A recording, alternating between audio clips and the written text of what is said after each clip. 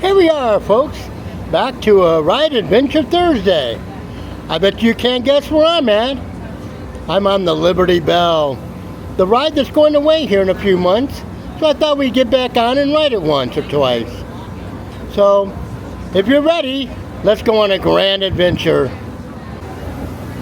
Huck, Tom, and Becky was here, doing some whitewashing of a fence. That was never my favorite thing when I was a kid. Here we go, folks. Enjoy the ride. Last call. Secure all cargo. All passengers aboard.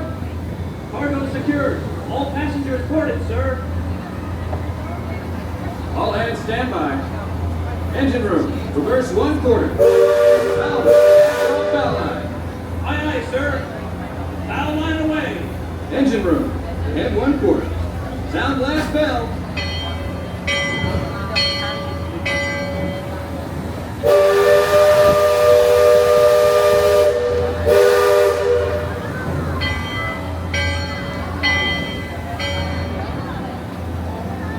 Leadsman, sound off. Let me a depth reading by the mark. By the law, Mark 4.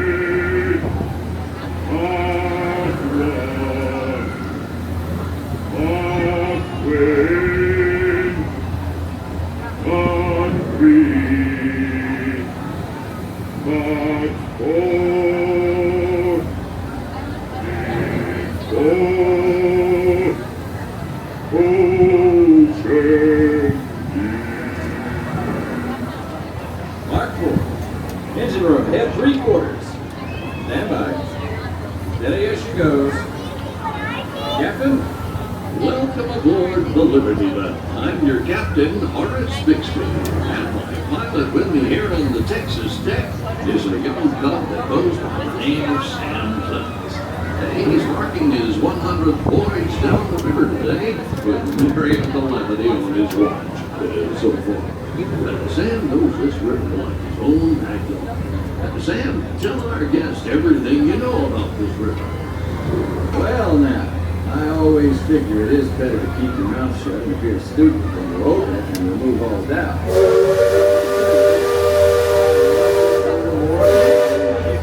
I love this river, even from the time I was a toddler back in Missouri.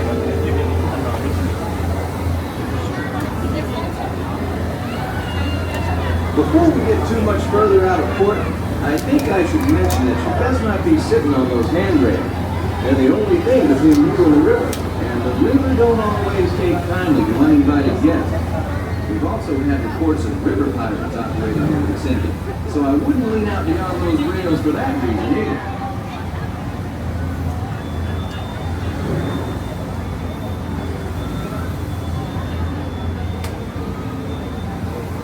Now, for those of you on the port side, that river town we're passing is frontier land. A few years back, it was no more than a boom town carved out of the wilderness by a handful of settlers looking to start a new life.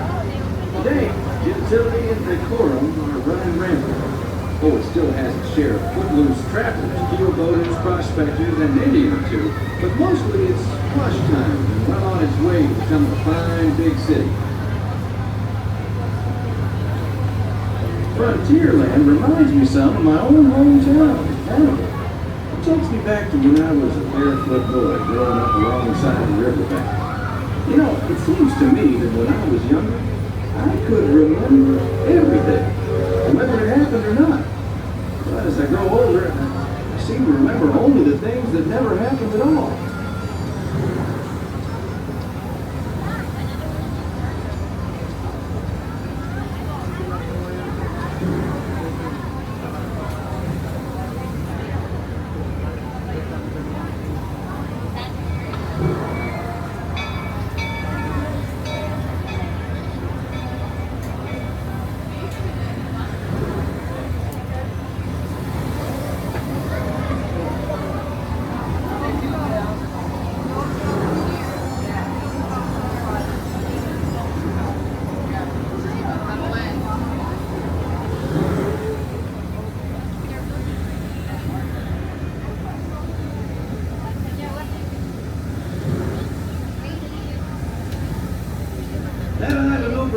away on the starboard side was my stomping grounds when I was young. Exceedingly young. Marvelously young. Young by hundreds of years. Younger than I will ever be again. It's called Tom Sawyer's Island, and is named for a friend from my boy get there is by wreck. Old man Harper's grain mill is there, back in the woods just off Tom's Landing. And that's Mud Potter's Pond and his windmill. We almost came up once. And there's Huck's Landing. I always did like Huck. He could swear just wonderful. He and Tom and I spent most of our wild and reckless youth exploring that island. Lots of caves, lots of adventure, if you know where to look. And we all knew where to look. That's Superstition Bridge. It connects the big island to the little one. And if you follow the wilderness trail there, it'll lead you right up to the gates of Fort Langhorne. It's the last trading outpost before we head into Indian country.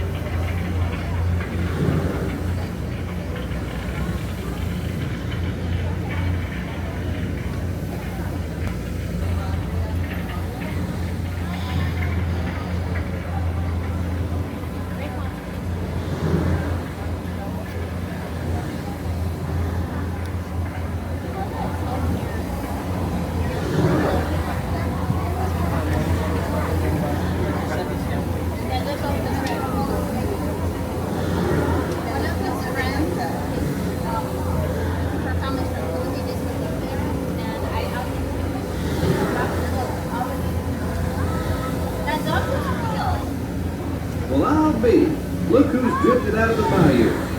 Off the port, Captain. It's Beacon Joe. Old Beacon's been marking this river for longer than I can remember. Every time the river cuts a new channel, Old Beacon puts out a marker to let us know whether it's safe to travel or not. However, Sam here has been bragging that if push came to shove, he can navigate the Liberty Belle on a heavy dew. Isn't that so, Sam? Well, I was born humble, Captain. But mostly it's worn off.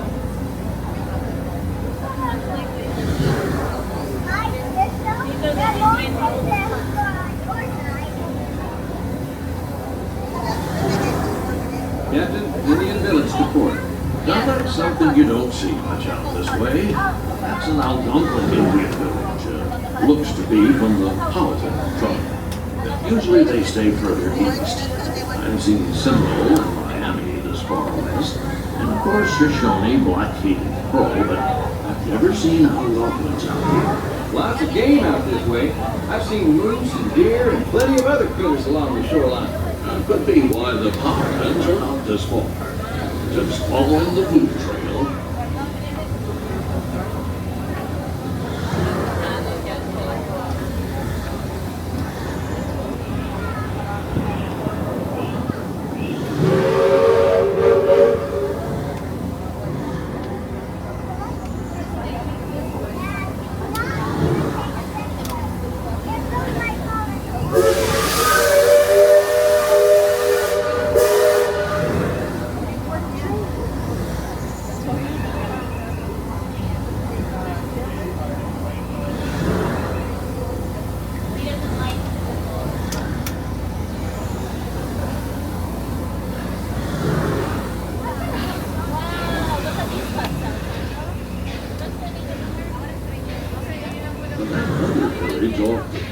has been here a while.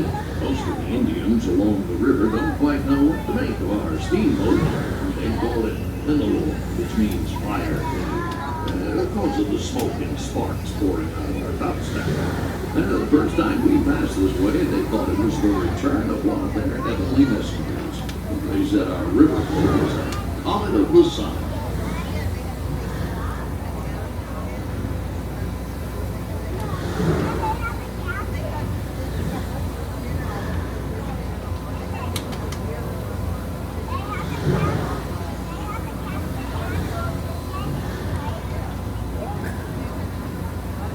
Just beyond the village, up that hill, is their sacred burial ground. And for those who fall in battle, a place to talk the traditional bed of death. After nightfall, they'll return to mourn the great warriors who brought honor to the tribe.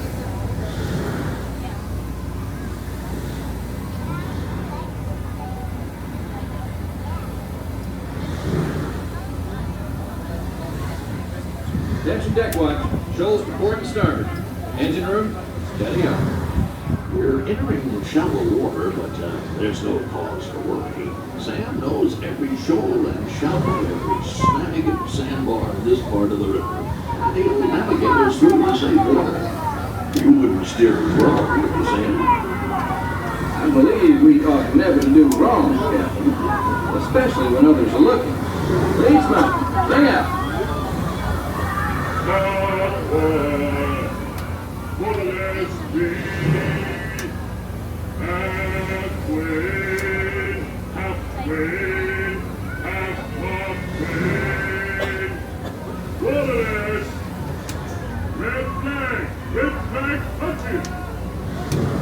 Those of you that have been this way before know that the water can get fairly shallow along this stretch of the river. The leadsmen pull out the deck. Each mark is a fathom, 6 feet. Mark Twain is 2 fathoms, and for us that means safe water.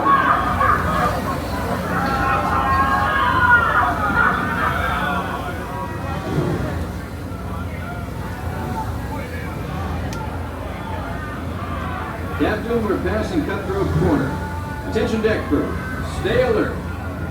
If there's river pirates out here, this is where they'll most likely be. I can hear them from here. After all the commotion, it sounds like their interests lie elsewhere.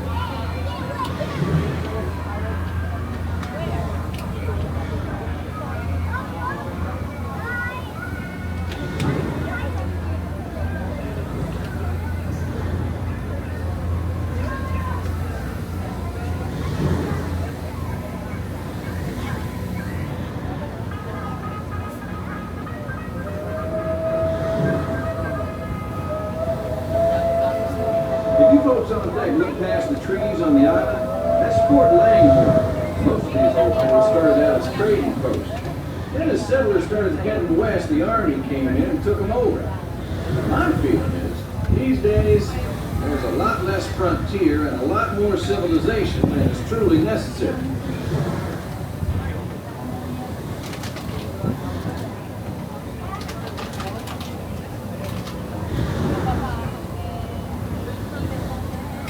Leadsman, give me a depth reading. Sing out.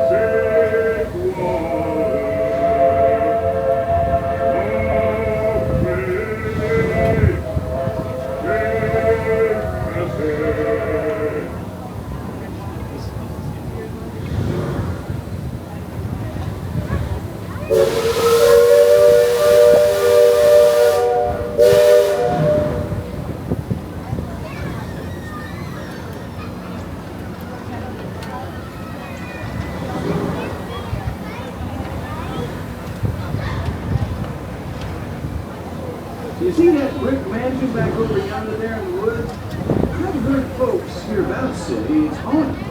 They say it was built on the sacred Indian burial ground, and now it's filled with spirits. If you ask me, I'd say the ones telling those tales are the ones filled with spirits. You want proof? Just ask them. They got it. About 100 proof, I reckon. And whatever you do, don't strike any matches if they aim to breathe in your direction. And you won't just be seeing ghosts, you'll be joining them.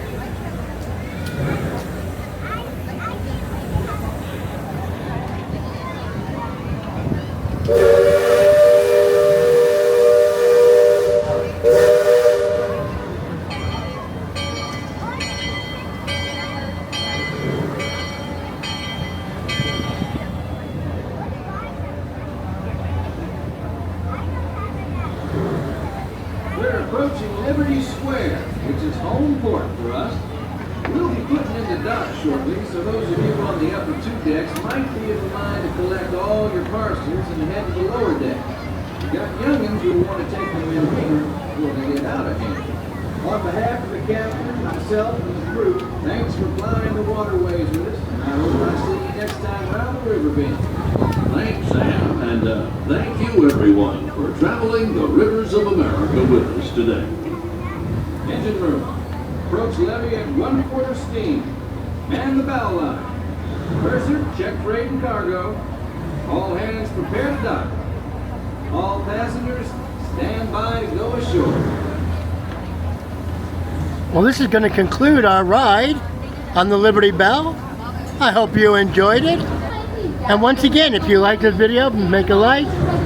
If you would like to see more videos like this one, subscribe.